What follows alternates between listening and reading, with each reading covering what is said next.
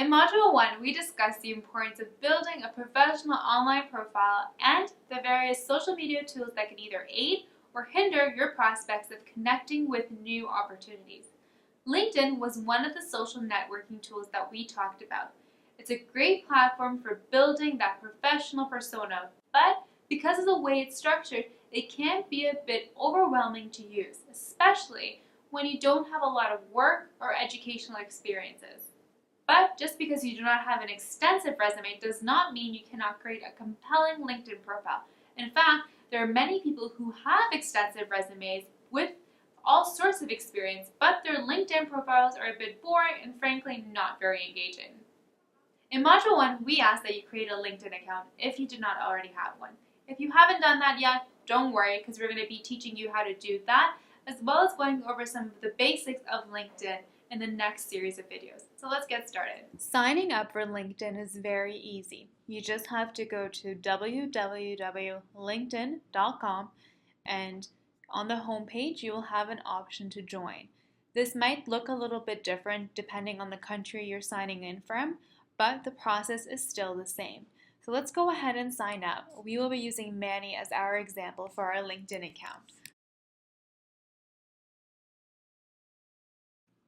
LinkedIn will ask you to fill in some basic information to get your profile started. So go ahead and fill in that information. Depending on the country again that you're signing in from, this information might be a little bit different. Next, LinkedIn will ask you to fill in some basic information about your past work experience. If you're a student, it'll ask you to fill in some information about your past schooling. Go ahead and fill this in. Don't worry if it's not perfect. You can even put NA for now, and then we're going to come back and change it. So I'm just going to stick with NA and just pick an industry as well. So let's just go with, just pick anything. We're going to go change it after. Next, LinkedIn will ask you what the purpose of you using LinkedIn for is. I'm going to stick with finding a job. Pick whichever one applies for you. Next, you'll be asked if you want to import your contacts to find connections on LinkedIn. I would skip this step because we're still in the beginning stages of creating our LinkedIn profile, and later on we'll be going on to talk about how you can find connections on LinkedIn and network with LinkedIn. So let's go ahead and skip that. And then the final step is just to confirm your email. So go ahead and confirm your email. After you confirm your email address, you can log back onto your LinkedIn account and start filling in your profile. As you can see, our profile is pretty blank. All we have here is Manny's name and the experience that I had filled out earlier here. So let's start filling it out. LinkedIn is divided into different sections. The top section here, your profile header, is the most important section because it's the first thing that people are going to see when they look at your profile. So it includes your photo, your name, your headline, and some additional information like your city and industry, which are filters that people can search by. It also includes your connections. We don't have any just yet. As well as your LinkedIn URL, so the link that you would include on your NextGen resume or even your traditional resume that would bring people to your LinkedIn page, and your contact information. Just want to point out something that you can actually customize your URL. All you have to do is click on this little icon here and you can change it so it's not something with random numbers and letters and like that is here. So let's just do it ourselves. So let's create one. How about we create something like Manny Gomez, and we'll just put number 1. Save. And there you go. So that's our new custom URL. If we go back to our profile, you can see that it's been changed here. Okay. There are many other sections you can add to your LinkedIn profile, and LinkedIn lays them out for you right here under your profile header. So you can, where it says add a section to your profile, you just have to click on the view more and you can see all the different sections that you can add, and there is many as you can see. It is important to note that LinkedIn is not just an online version of your resume. And so what I mean by that is that you should not simply copy and paste the information from your traditional resume onto your LinkedIn profile. There's so much more you can do, and so you want to make sure that you're getting the most out of using your LinkedIn profile.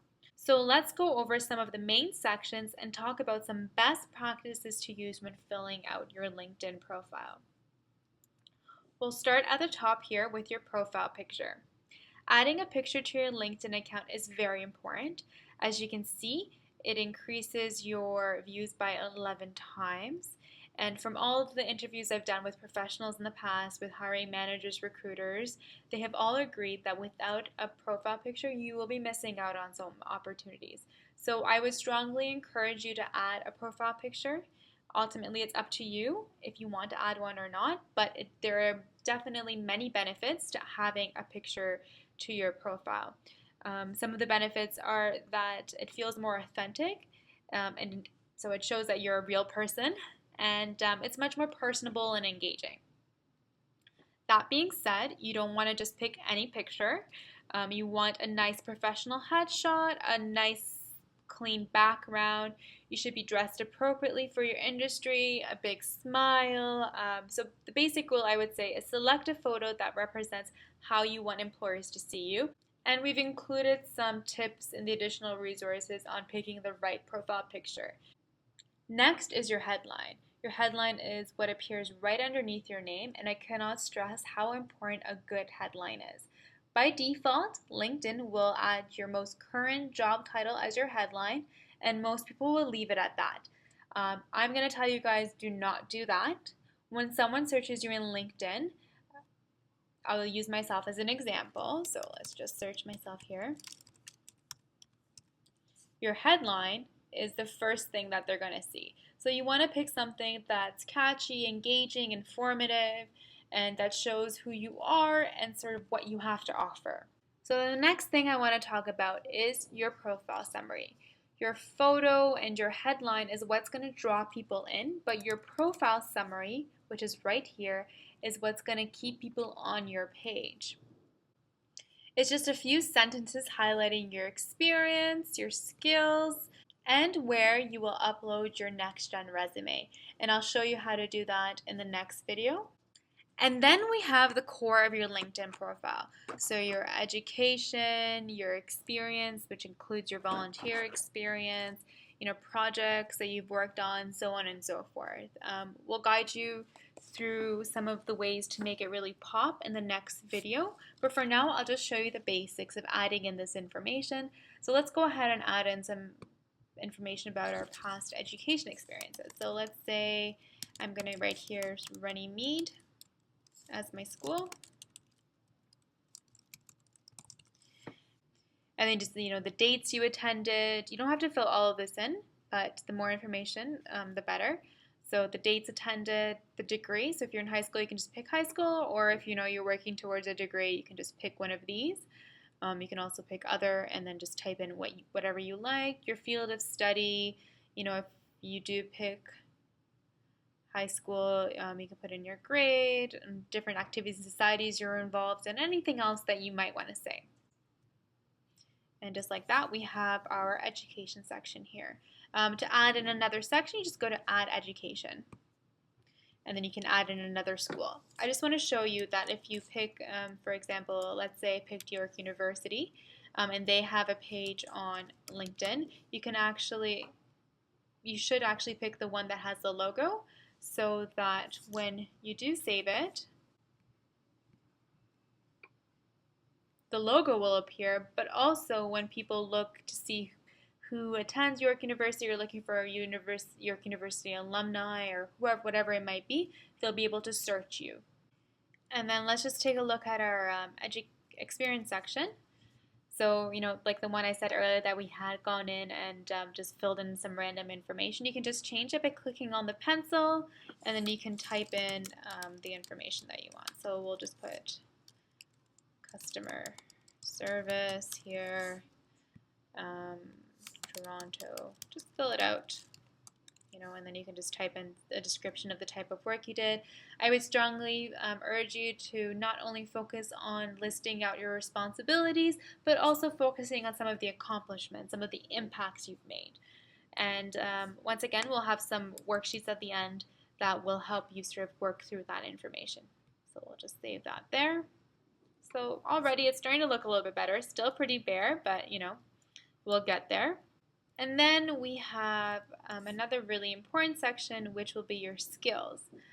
So your skills are right here, so we'll add a skill here. You can type in the different kind of skills you have. And add it in here. So you can add up to 50 skills. You want to keep your skills focused. Focus on adding in keywords from your industry, skills that employers are looking for. And then the best part about adding your skills is your ability to be endorsed by it. So once we have some connections, our connections can actually go in and endorse us for those skills. And so that shows that not only are we saying that we know how to do those things, that other people have witnessed and can vouch for us for doing that skill. So I would strongly urge you to keep this question here. I want to be endorsed as yes, but it's up to you once again.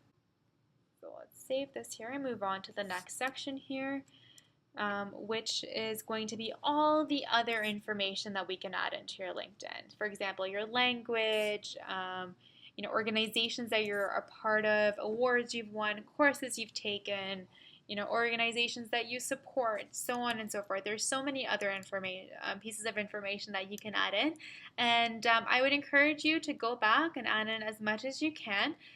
The reason I say this is because the more information you have, the more engaging your profile would be, and the more you'll appear in searches. So when recruiters or people are looking for you, they'll be able to find you a lot faster. And that's pretty much the basics of filling out your LinkedIn profile. Very simple. And in the next video, we will talk about making your profile really stand out by adding in some multimedia and sort of organizing your LinkedIn sections. So we'll come back to that. Finally, I just have two very important tips to keep in mind as you're filling out your LinkedIn profile. Number one, turn off your notifications. So what LinkedIn does is every time you make a change to your LinkedIn profile, it lets your connections know that you've updated your profile. This is great if you get a new job and you want to let your connections know that you've got a new job. But when you're in the beginning stages of your profile and you're making all these changes, you don't want your connections to be notified every minute that you've added, a new experience or you've added a new project. So go ahead and turn this off. And finally, I want to show you where you can find your privacy settings. You go to your profile right here and you click on privacy and settings. And then right here you can click on privacy. And then you can edit your privacy. So you can choose how you want your profile to appear in search engines, what you want connections to see, and so on and so forth. So let's just edit your public profile. Your public profile is what will appear when people search your name. And then you can limit what they can see. So you can click off any of this information here.